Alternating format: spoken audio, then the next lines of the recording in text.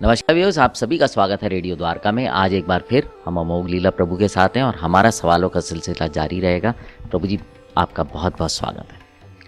प्रभु जी, सीधा सवाल पे आता हूँ कि जो ये लस्ट का रस्ट है ये कैसे हटेगा? देखिए, लस्ट का रस जो है सभी के अंदर होता है। जो व्यक्ति भी इस भौतिक संसार के अंदर, इवन कोई जो साधु लोग भी हैं, they are also not completely free from lust. तो इस जगत के अंदर जो कोई भी है जिसको एक भौतिक शरीर मिला है उसमें लस्ट तो होगी, चाहे पशु पक्षी हो, चाहे मनुष्य हो, नास्तिक हो, आस्तिक हो, साधक हो, सबके अंदर जो है लस्ट रहेगी। But yes, two different degree of lust. और इससे जो है बचना निकलना इसलिए भी जरूरी है बिकॉज भगवान कृष्ण बता रहे हैं ये सर्वभक्षी पापी पशु है। वास्तव में ये सर्वभक्षी है, मतलब कि ये किसी को नहीं छोड़ता कि इसको छोड़ देता हूँ, नहीं स्त्रियों को छोड़ देता हूँ, नहीं पुरुषों को छोड़ देता हूँ, नहीं इनको छोड़ देता हूँ, नहीं इंडियंस को छोड़ देता हूँ, ब्राह्मणों को छोड़ देता हूँ। ना जी ना, हर व्यक्ति जो है काम की वशीभूत है ही है। इसलिए इसको काम आगार भी कहते हैं भौतिक संसार को। ये काम का आगार है, it's a jail of lust. तो इसीलिए हम इसके अंदर सब फंसे हुए हैं। और इससे बचना इसलिए भी जरूरी because when there is excessive lust तो आपका ना और कुछ करने का मन करता ही नहीं। ना आप कोई ज्ञान अर्जन कर पाते हैं, ना कोई ढंगा काम कर पाते हैं, ना कोई तपस्या कर पाते हैं, ना पढ़ाई ना लिखाई, कुछ भी नहीं होता। रिश्ते खराब होते हैं because I want to exploit you. मेरे लिए सामने वाला व्यक्ति नहीं है, मेरे लिए सामने वाला व्यक्ति सिर्फ एक ऑब्जेक्ट है, एक वस्तु है, ताकि मेरा तर्पण हो, मेरी इंद्रिया तृप्त हो। तो ना सामने वाला व्यक्ति तो सिर्फ एक ऑब्जेक्ट है। तो किसी रिश्ते के अंदर सामने वाला व्यक्ति सिर्फ एक ऑब्जेक्ट ही है तो बहुत ही ज़्यादा निकृष्ट बात है एक्चुअली। तो इसलिए लस्ट से इन्हें देखा जाए हमारे रिश्ते खराब होते हैं। और जो लोग फिर लस्ट को सेटिस्फाई करने के लिए मैस्टरबेशन करते हैं या फिर और दूसरे तरीकों से अपने आप को सेटिस्फाई करना चाहते हैं, ये अपना स्वास्थ्य भी खराब करते हैं actually. One of the reason आज इंडिया के अंदर इनफर्टिलिटी और erectile dysfunction is very common disease. आज करीब 35 से 40% जो मेन है they are undergoing this problem. या तो इनफर्टिलिटी है, यानी कि स्पर्म काउंट बहुत कम है। स्पर्म काउंट अगर 15 मिलियन से कम होता है तो उसको नपुंसक बोलते हैं, और आज एवरेज चल रहा है 20 मिलियन। तो इसलिए आज नपुंसकता काफ़ी हद तक बढ़ रही है।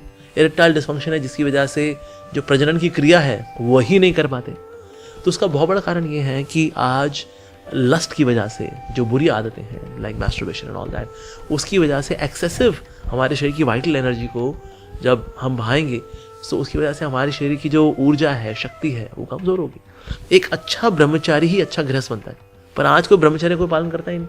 15 साल की उम्र से बाथरूम में लोग ब्रह्मचारी चीथड़े उड़ा लेते हैं।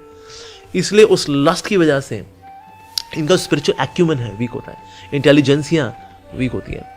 आपका जो शरीर की जो शक्ति होती है, आपका ओज, आपका तेज, आपकी आयु, ये सब कम होता है सिर्फ एक प्रॉब्लम की वजह से, और वो है लस्ट। और इसकी वजह से हम देखते हैं कि आजकल बच्चे वगैरह भी नहीं हो रहे हैं। उसका कारण भी यही है, reason being when you are too lusty तो आपकी वाइटैलिटी कमज़ोर हो जाती है। इसलिए पहले हुआ करता था कि यार कोई साध्वी अगर हुआ करती थी, कोई स्त्रियाँ हैं, they would look for some sadhu कि जो अच्छे ब्रह्मचर्य पालन किए उनसे वीरवान पुत्र की प्राप्ति होगी। तो आज ब्रह्मचारी का भला पालन कौन ही करता है? तो जो ब्रह्मचारी हैं वो दे कॉन्टिन्यूअस ब्रह्मचारी, पर कुछ ऐसे ब्रह्मचारी हैं, समबडी हैज प्रैक्टिस ब्रह्मचर्य और उसके बाद फिर वो गृहस्थ में जाता है, then he will be a good गृहस्थ। तो इसीलिए लस्ट जो है इट इज़ वेरी डिटेरियोरेटिंग। तो डिसीज़ की दृष्टि से देखा जाए, पारिवारिक दृष्टि से, स्वास्थ्य की दृष्टि से इट इज़ वेरी डिटेरियोरेटिंग। तो इसलिए बचना बहुत ज़रूरी है। तो सबसे पहले जाने इसका नुकसान क्या है। तो हमने इससे बताया नुकसान क्या है इसके। तो लस्ट से बचना चाहिए। इससे बचने का बहुत अच्छा जो तरीका है वो है नियमित रूप से भक्तों का संग। अगर आप चाहते हैं कि भक्तों का लस्ट को जीतें तो उनका संग करें, जो कि इससे निकलने का प्रयास करें, या जो निकल चुके हैं उनके संग से प्रेरणा मिलती है, बहुत ज़रूरी है। तो इसलिए संग करना चाहिए। साथ ही लाउड एंड क्लियर चैंटिंग, भगवान का नाम ऊंचा ऊंचा गाना चाहिए, बोलना चाहिए। नाम से जो है हमारा रजो तमो कटता है, उससे बहुत फर्क पड़ता है। साथ ही हमें क्या करना चाहिए, सिद्धांत को समझना चाहिए। जब सिद्धांत की दृष्टि से दुनिया को देखेंगे ना तो हम लस्ट से बच जाएंगे। एक है चर्म चक्षु, एक है ज्ञान चक्षु। तो जब चर्म चक्षु दुनिया को देखें तो फंस जाएंगे।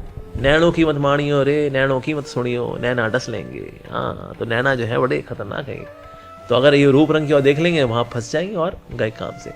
तो इसीलिए अंडरस्टैंडिंग सिद्धांत यानी ज्ञान चक्षु से दुनिया को देखें, चर्म चक्षु से ना देखें। एंड टी फॉर, और मैं कहूँगा टॉलरेट, यानी कि आपको टॉलरेट करना चाहिए। कभी इंद्रियाँ आपको पुश कर रही होती है ना, मुझे सेटिस्फाई करो, come on let's have some fun, it's being long time, come on, tolerate करना चाहिए फॉर अ हायर कॉज। अगर आपका कोई हायर कॉज नहीं है तो फिर आप इसको सहन नहीं करोगे। चलो ठीक है यार कर लेते हैं, मज़ा यार इतने दिन हो तो गए हैं, मैंने किया ही नहीं यार वो काम, यार चलो कर लेता हूँ, तो आप कर लोगे। But in case you have a higher pursuit, okay I want love of God, उसके लिए मुझे शुद्धता चाहिए, तो फिर आप इससे बचोगे। तो इसलिए लस्ट से बचने का इलाज है lust, LUST, L for loud and clear chanting, U for understanding of siddhanta, S for sadhu sanga and T for tolerate the urge of senses. So जिस तरह से लोहे को लोहे से काटते हैं, जहर को जहर से काटते हैं, तो लस्ट को हम लस्ट से काटेंगे, LUST, loud and clear chanting, understanding सिद्धांत, साधु संगा, T for tolerance of the senses, the urges of the senses. बहुत बहुत धन्यवाद प्रभु जी, आपका आपने बहुत ही अच्छे तरीके से इस बात को समझाया। और व्यूअर्स, मेरे ख्याल से इस प्रश्न का जो उत्तर है वो आपको मिल गया होगा। अब आपसे विदा लेते हैं, जुड़े रहें रेडियो द्वारका से।